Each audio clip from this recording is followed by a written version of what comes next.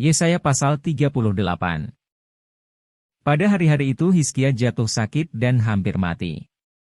Lalu datanglah Nabi Yesaya bin Amos dan berkata kepadanya, "Beginilah firman Tuhan, sampaikanlah pesan terakhir kepada keluargamu, sebab engkau akan mati, tidak akan sembuh lagi." Lalu Hizkia memalingkan mukanya ke arah dinding dan ia berdoa kepada Tuhan. Ia berkata, "Ah Tuhan, ingatlah kiranya, bahwa aku telah hidup di hadapanmu dengan setia dan dengan tulus hati dan bahwa aku telah melakukan apa yang baik di matamu." Kemudian menangislah Hizkia dengan sangat. Maka berfirmanlah Tuhan kepada Yesaya, "Pergilah dan katakanlah kepada Hizkia, beginilah firman Tuhan, Allah Daud, bapa leluhurmu, telah kudengar doamu dan telah kulihat air matamu. Sesungguhnya aku akan memperpanjang hidupmu 15 tahun lagi. Dan aku akan melepaskan engkau dan kota ini dari tangan Raja Asyur dan aku akan memagari kota ini. Inilah yang akan menjadi tanda bagimu dari Tuhan, bahwa Tuhan akan melakukan apa yang telah dijanjikannya.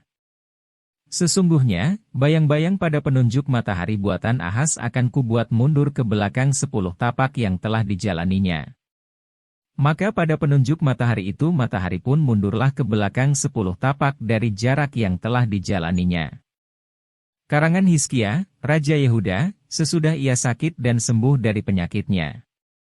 Aku ini berkata, dalam pertengahan umurku aku harus pergi. Ke pintu gerbang dunia orang mati aku dipanggil untuk selebihnya dari hidupku.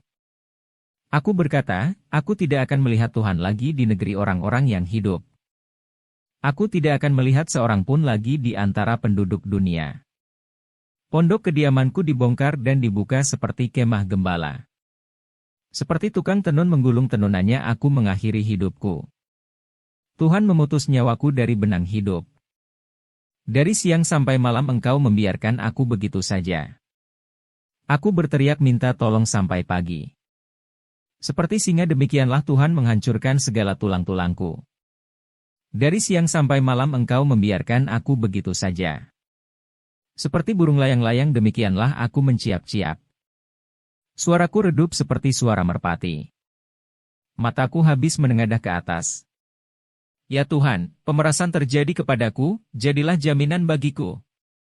Apakah yang akan kukatakan dan kuucapkan kepada Tuhan? Bukankah Dia yang telah melakukannya? Aku sama sekali tidak dapat tidur karena pahit pedihnya perasaanku. Ya Tuhan, karena inilah hatiku mengharapkan Engkau. Tenangkanlah rohku. Buatlah aku sehat, buatlah aku sembuh. Sesungguhnya, penderitaan yang pahit menjadi keselamatan bagiku. Engkaulah yang mencegah jiwaku dari lubang kebinasaan. Sebab engkau telah melemparkan segala dosaku jauh dari hadapanmu. Sebab dunia orang mati tidak dapat mengucap syukur kepadamu. Dan maut tidak dapat memuji-muji engkau. Orang-orang yang turun ke liang kubur tidak menanti-nanti akan kesetiaanmu. Tetapi hanyalah orang yang hidup. Dialah yang mengucap syukur kepadamu. Seperti aku pada hari ini. Seorang bapa memberitahukan kesetiaanmu kepada anak-anaknya. Tuhan telah datang menyelamatkan aku. Kami hendak main kecapi. Seumur hidup kami di rumah Tuhan. Kemudian berkatalah Yesaya, baiklah diambil sebuah kue ara dan ditaruh pada barah itu, supaya sembuh. Sebelum itu Hizkia telah berkata, apakah yang akan menjadi tanda, bahwa aku akan pergi ke rumah Tuhan?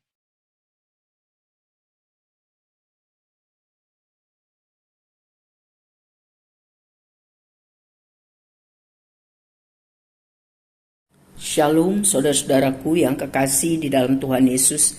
Puji Tuhan kalau kita masih diberi kesempatan hidup dan juga mempelajari firman Tuhan, panduan kehidupan dari kitab Yesaya 38 mengenai Hizkia sakit dan disembuhkan.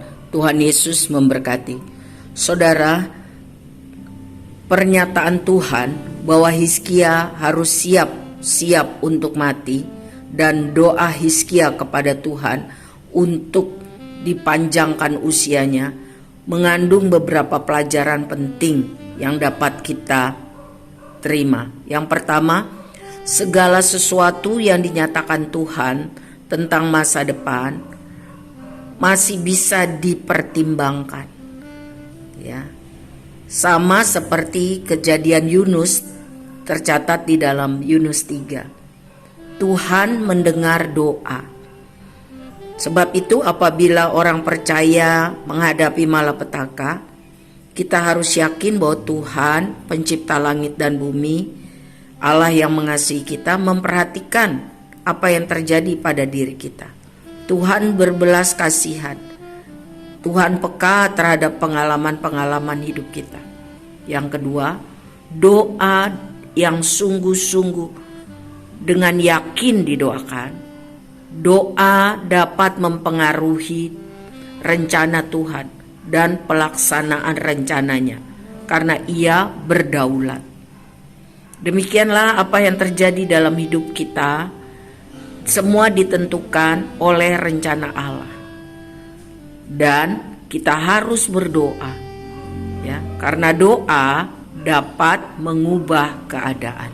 Sebab itu giatlah selalu untuk berdoa. Tekun berdoa. Ya, jangan jemu-jemu berdoa. Sebab firman Tuhan mengatakan, tetaplah berdoa. Dari kisah Hizkia sakit dan disembuhkan ini, kita dapat melihat bahwa kuasa doa sangat luar biasa. Semoga kisah ini memotivasi kita untuk tekun dalam doa kepada Tuhan kita, Yesus Kristus, Allah yang Maha Kuasa. Amin. Tuhan Yesus memberkati.